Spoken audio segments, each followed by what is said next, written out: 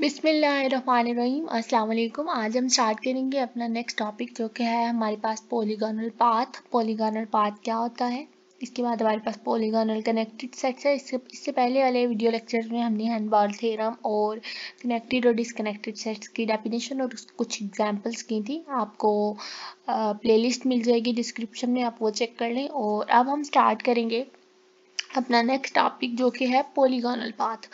तो नेम से थोड़ा देख के समझ आता है कि ये कैसा पाथ होगा। पॉलीगॉनल पाथ आपने पॉलीगॉनल पहले मैथमेटिक्स में इससे पहले वाली क्लासेस में पढ़ा होगा, मिडल में या इंटर में।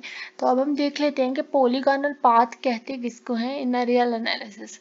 तो आपके पास कोई भी आपके पास पॉइंट्स हैं Rn के अंदर, हमने लेट कर लिया कि अगर x1 x2 x3 कोई Rn के अंदर कोई स्पेस के अंदर पॉइंट्स हैं तो हम कहेंगे अब कोई भी पॉइंट्स हैं तो उनका कोई लाइन सेगमेंट होगा। मतलब कि जैसे कि हम कहते हैं कि हमारे पास कोई पॉइंट्स हैं तो ए और बी पॉइंट्स हैं फॉर एग्जांपल, और उन्होंने इतना डिस्टेंस कवर किया, उनका कुछ डिस्टेंस होता है। तो इसी तरह से हम यहाँ पे कहेंगे कि हमारे पास अगर कुछ पॉइंट्स हैं x1 x2 x3 तो यहाँ पर उनका कुछ लाइन सेगमेंट होगा, और वो लाइन सेगमेंट हम लेट करते हैं कि एल आई उन लाइंस का उसका लाइन सेगमेंट होगा।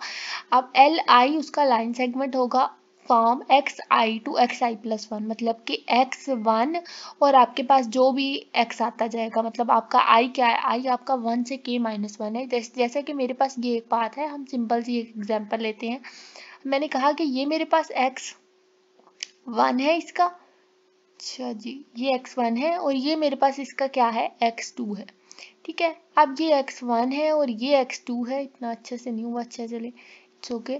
अब ये x1 है और ये x2 है, और मैंने कहना है कि मतलब कि जो भी लाइन आपके पास पॉइंट्स आएंगे उनका कोई ना कोई लाइन सेगमेंट तो ज़रूर होगा।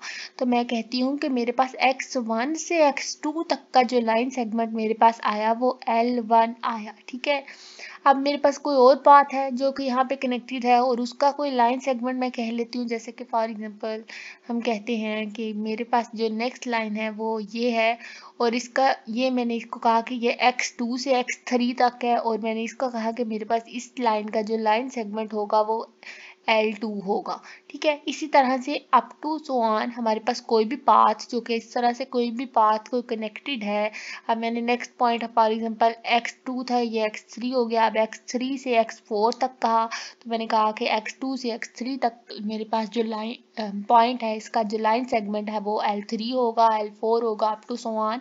इसी तरह से कोई भी पॉइंट लेंगे उसका कोई ना कोई लाइन सेगमेंट होगा।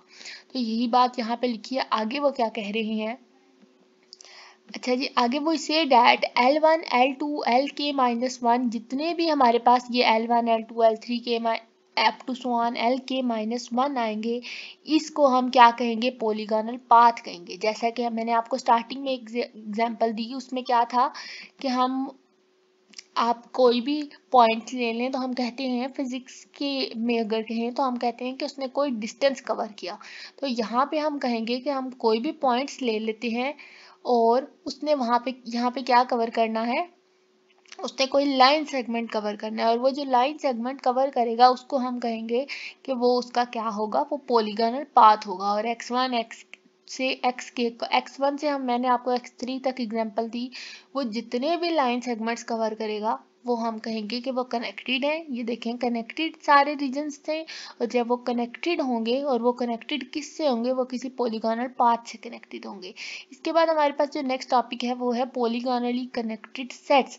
अभी था हमारे पास पॉलीगॉनल कनेक्ट पाथ क्या होता है। पाथ मैंने आपको बताया कि कोई भी सेट है, अच्छा ये रखें, कोई भी सेट था और जब वो कनेक्टेड है सारे पॉइंट्स उसके, उसने उनके ऊपर जो लाइन सेगमेंट आया उसको हमने कहा कि वो पॉलीगॉनल पाथ कहलाएगा वो। अब पॉलीगॉनल कनेक्टेड सेट्स क्या होते हैं, अब एक सेट आपका पास पॉलीगॉनली कनेक्टेड होगा।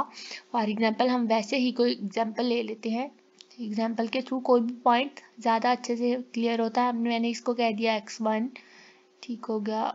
अच्छा ये जो मेरे पास नेक्स्ट पॉइंट है, यहाँ से मैं कहती हूँ मेरे पास x2, देन ये मेरे पास next point x3 up to so on, ये मेरे पास नेक्स्ट पॉइंट x4। ठीक है, यहाँ पे मैं x4 लिख देती हूँ, बाकी आपको होप सो अंदर समझ आ जाएगी कि x2 x3 है। ठीक है, ठीक हो गया।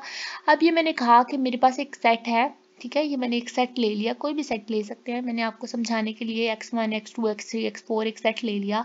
अब मैं कहती हूँ कि और मैंने इस पूरे x1 x2 x3 x4 के पूरे सेट को मैंने कह दिया कि ये मेरे पास पूरा सेट जो है ना वो S में से है। ठीक है, मतलब आप ऐसे भी लिख सकते हैं S इक्वल टू x1, समझाने के लिए आप अपने नोट्स पे अगर इसको लिखना चाहते हैं समझने के लिए डेफिनेशन तो लिख लें, then x1 x2 x3 x4 का मैं एक सेट बना लूँगी। ठीक है, यहाँ पे दरमियान वाले पॉइंट्स नहीं लिखूंगी, होप सो आपको समझ आ जाएगा। अब ठीक हो गया जी।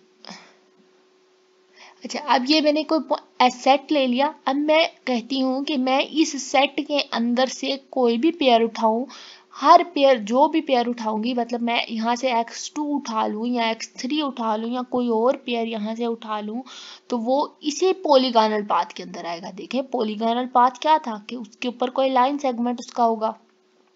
तो अब मैं इस सेट के अंदर से कोई भी पेयर उठाती हूँ, फॉर एग्जाम्पल मैं x2 उठाती हूँ, तो x2 देखें इसी पॉलीगॉनल पाथ के साथ कनेक्टेड है ना, तो x2 के जो भी पेयर उठाऊंगी इस एस सेट का हर जो पेयर होगा वो कनेक्टेड होगा इस पॉलीगॉनल पाथ के, और वो उसके अंदर लाई करना चाहिए। इस ऐसे सेट को हम कहते हैं पॉलीगॉनली कनेक्टेड सेट। क्या बात कही है कि कोई भी आप पेयर उठाएं और वो पेयर एक तो वो कनेक्टेड तब होगा जब एक तो वो उस पॉलीगॉनल पाथ के अंदर लाई करे, और वो उसको हम कह देंगे कि वो पॉलीगॉनली कनेक्टेड है, मतलब कि उस पाथ के अंदर लाई करे, लाइंग इंटायरली इन पूरे सेट के अंदर या किसी एक पॉइंट के अंदर वो जो पेयर हम उठा रहे हैं वो उसके अंदर लाई करना चाहिए, इस पाथ के अंदर लाई करना चाहिए।